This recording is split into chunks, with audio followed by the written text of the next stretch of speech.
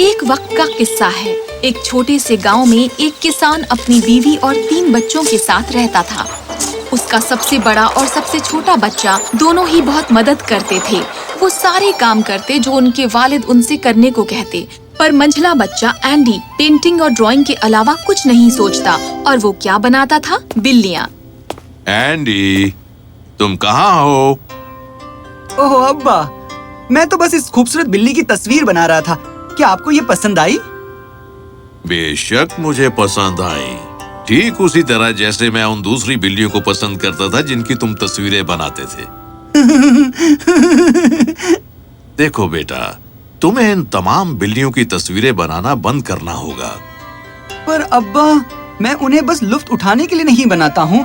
मैंने बहुत से दूसरे जानवरों और चीजों को बनाने की कोशिश की थी, पर जब मैं बिल्लियाँ बनाता हूँ तो ऐसा लगता है जैसे वो मुझसे गुफ्तगू करती हैं। अब्बा एंडी से बहुत नाराज हो गए। एंडी, मैं चाहता हूँ कि तुम खेत में मेरी मदद करो, और तुम हो कि मेरी मदद करते ही नहीं। अगली मर्तबा अगर मैंने तुम्हें बिल्लियाँ बनाते देखा तो मैं तुम्हें गांव के बाहर उस फकीर के पास भेज दूंगा।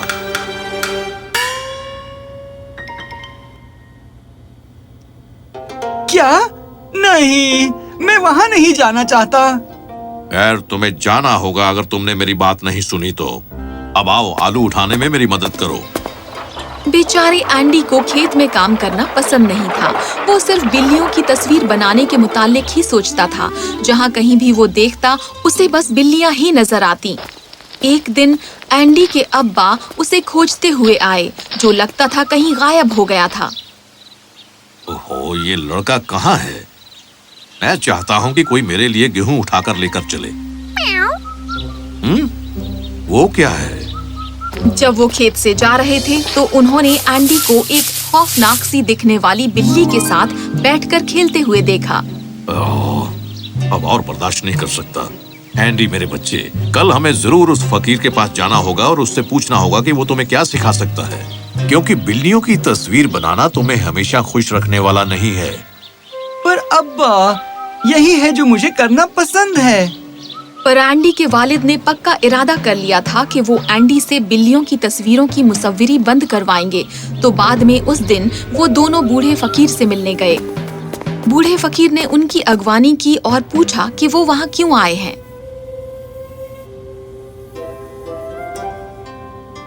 खैर, आप देखें, मेरे अब्बा मुझे पसंद नहीं करते क्योंकि ऐसा नहीं है कि मैं इसे पसंद नहीं करता। मेरा लड़का एंडी जो यहाँ है कोई ढंग का काम नहीं करता जो इसके जैसे ताकतवर लड़के को करना चाहिए। तो फिर वो क्या करता है? मुसव्विरी करता है, और वो भी बिल्लियों की, सिर्फ उन मूंछों वाले अहमक बाशिंदों की। अब्बा, ये सिर्फ इसलिए क्योंकि बिल्लियाँ मुझसे गुफ्तगू करती हैं। तुमसे गुफ्तगू करनी है? अब ये बहुत ही दिलचस्प लगता है। एंडी ने फकीर को वो सब कुछ बता दिया जो उसने अपने वालिद को बताया था। और ये सब सुनने के बाद फकीर एकदम संजीदा हो गया और ख्यालों में खो गया। बाद में वालिद ने उसे फकीर के पास छोड़ दिया। बूढ़े शख्स ने लड़के से मोहब्बत से गुफ्तगू की और उससे कुछ मुश्किल सवाल पूछे।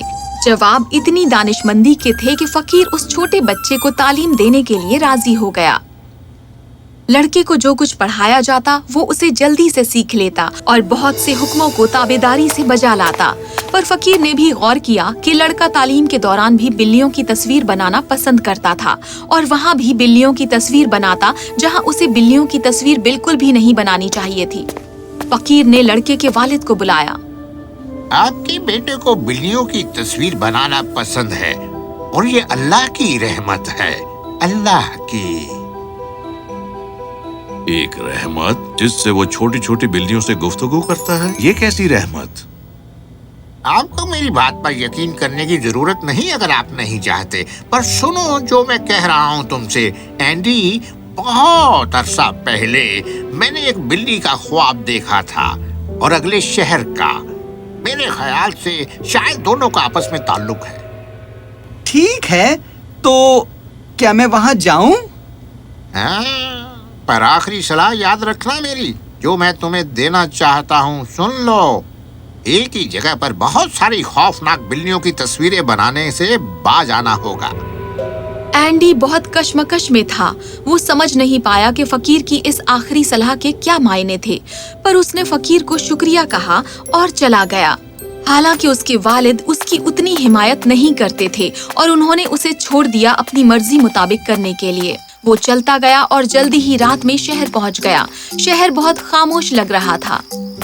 अजीब बात है, आसपास एक भी इंसान नहीं है और लगता है सारे घर बंद हैं।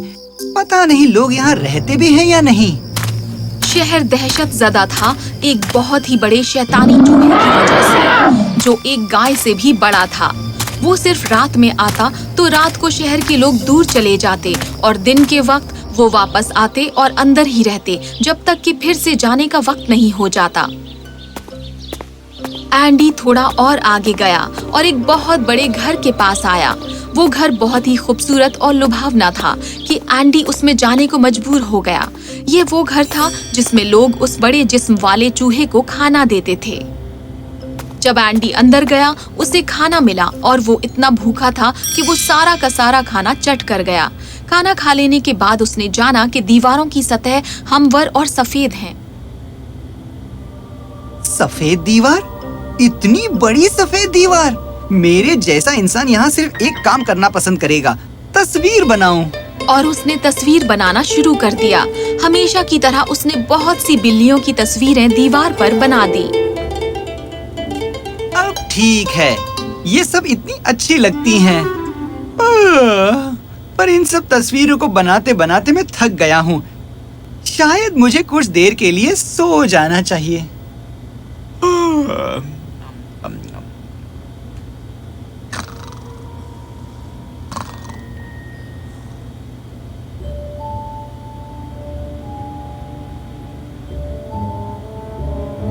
पर एंडी बहुत देर तक नहीं सोया। यकायक किसी जानवर की गरजती आवाज ने उसे जगा दिया। हाँ? कौन है? उसे गुर्राने की आवाजें सुनाई दी जो और ऊंची होती हुई और करीब आ रही थीं। एंडी सहम गया और अंदर जाकर एक संदूक में छिप गया। गुर्राने वाला जानवर घर में दाखिल हुआ और उसने इतना जोरदार शोर मचाया कि एंडी बुरी तरह से कांपने लगा। तभी वहाँ ऊंची बिल्लियों की आवाजें आने लगीं। बिल्लियाँ? और फिर पूरा घर बुरी तरह से कांप उठा। जानवर एक दूसरे से लड़े और एंडी ने अपने कान बंद कर लिए। ओह, ये क्या हो रहा है? घर जोरदार तरीके से कांप रहा था और ये ऊंची आवाज शहर के लोगों को अपने घरों से बाहर निकाल लाई। क्या? वो कैसा शोर है? चलो ऊपर चलकर देखें, शायद कोई बहादुर आया है हमें उस चूहे देव से बचाने के लिए। तो वो गए ये देखने के लिए कि वो अजीब सी आवाज क्या हो सकती थी। इस बीच वहाँ उस हवेली में लड़ाई अभी भी चल रही थी। एंडी थर-थर कांप रहा था।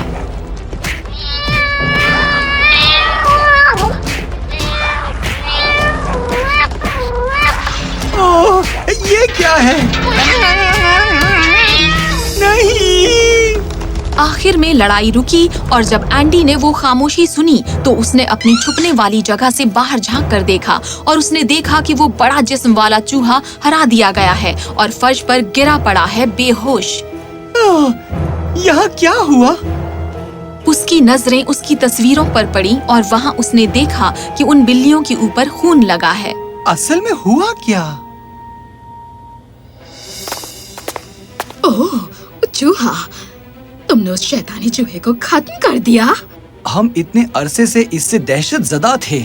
ओह शुक्रिया ए रहमदिल अजनबी। एंडी को इल्म नहीं था कि वो क्या कहे। वो इस हर वारदात से इतना हैरत ज़दा था। फिर वो समझ गया कि फकीर ने क्यों कहा था एक ही जगह पर बहुत सी खौफनाक बिल्लियों की तस्वीरें बनाने से बाज आना। खुशामदीद। और फौरन ही एंडी ने शैतानी चूहे को खत्म कर दिया। ये कहानी पूरी दुनिया में फैल गई। और जहाँ तक एंडी के वालिद का सवाल था, खैर एंडी की बहादुरी की खबर जल्दी ही उस तक भी पहुँच गई। मुझे इल्म था कि कोई वजह थी कि एंडी में वो खासियत थी। क्या तुम्हें उस पर नाज नहीं है?